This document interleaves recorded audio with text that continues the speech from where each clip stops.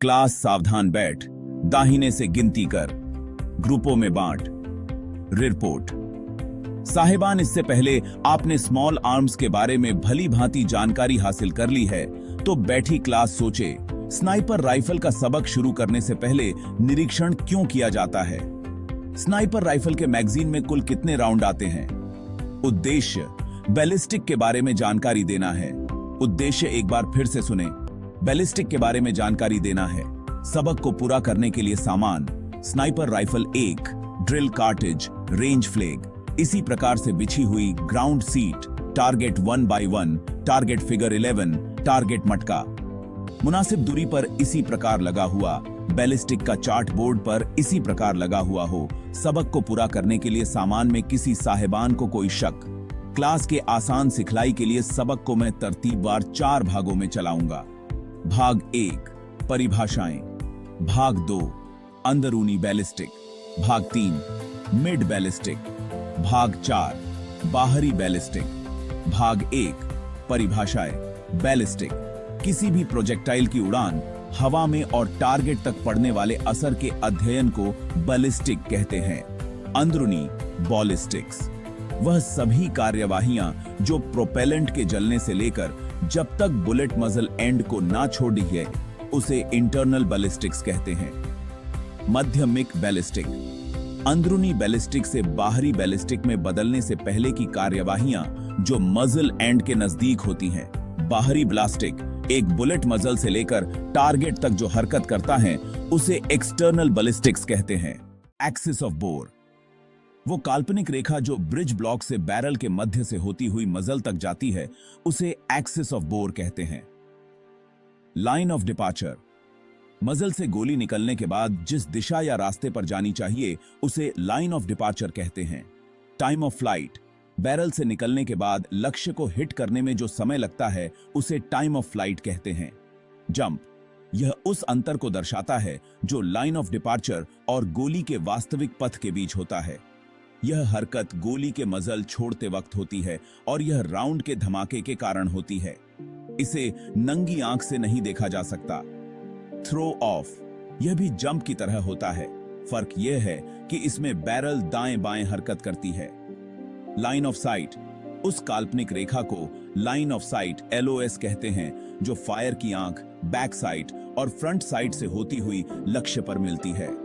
Trajectory मजल को छोड़ने के बाद लक्ष्य को हिट करने तक हवा में जो गोलाकार रास्ता तय करती है, उसे ट्रेजेक्टरी कहते हैं। कल्मिनेटिंग पॉइंट ऊंचा निशान उड़ान के दौरान गोली लाइन ऑफ साइट से सबसे ऊंचे मुकाम पर पहुंचती है, उसे कल्मिनेटिंग पॉइंट कहते हैं। यह ट्रेजेक्टरी के लगभग आधे रास्ते पर बनता है। रिकोजीट दिशा बदलना गोली जमीन या किसी स्थान से टकराकर जब अपनी दिशा बदल लेती है, उसे रिकोजीट कहते हैं। फर्स्ट कैच ट्रैजेक्टरी का वह बिंदु होता है जहां पर गोली लक्ष्य के सबसे ऊंचे हिस्से से टकराती है। फर्स्ट ग्रेज यह वह बिंदु होता है जहां फर्स्ट कैच के बाद गोली जमीन पर टकराती है। डेंजरस स्पेस यह इलाका फर्स्ट कैच और फर्स्ट ग्रेज के बीच बनता है। कोन ऑफ फायर ऑटोमेटिक हथियार से बर्स्ट फायर के दौरान गोलियां हवा में जिस अंडाकार आकार में फैलती हैं, उसे कोन ऑफ फायर कहते हैं। Beaten zone cone of fire की गोलियां जमीन पर गिरकर जो आकार बनाती हैं, उसे बीटन जोन कहते हैं। इसकी माप जमीन और रेंज के अनुसार अलग अलग होती है। डेंजरस जोन डेंजरस स्पेस और बीटन जोन के बीच के क्षेत्र को डेंजरस जोन कहते हैं। भाग 2, अंदरूनी ब्लास्टिक यह बहुत जरूरी है कि आज के युग के नए नए हथियारों में प्रोपेलेंट कैसे जलता है और बुलेट बैरल में कैसे हरकत करती है, इसके बारे में गहराई से जाना जाए। अंदरूनी ब्लास्टिक में निम्न कार्यवाही होती है। A, short start pressure SSP barrel के अंदर उत्पन्न होने वाला वह प्रेशर जो बुलेट को केस से निकालकर बैरल में आगे धकेलता है, उसे SSP कहते हैं। बी, पीक प्रेशर बैरल के अंदर पैदा होने वाली गैसों के अधिकतम प्रेशर को पीक प्रेशर कहते हैं।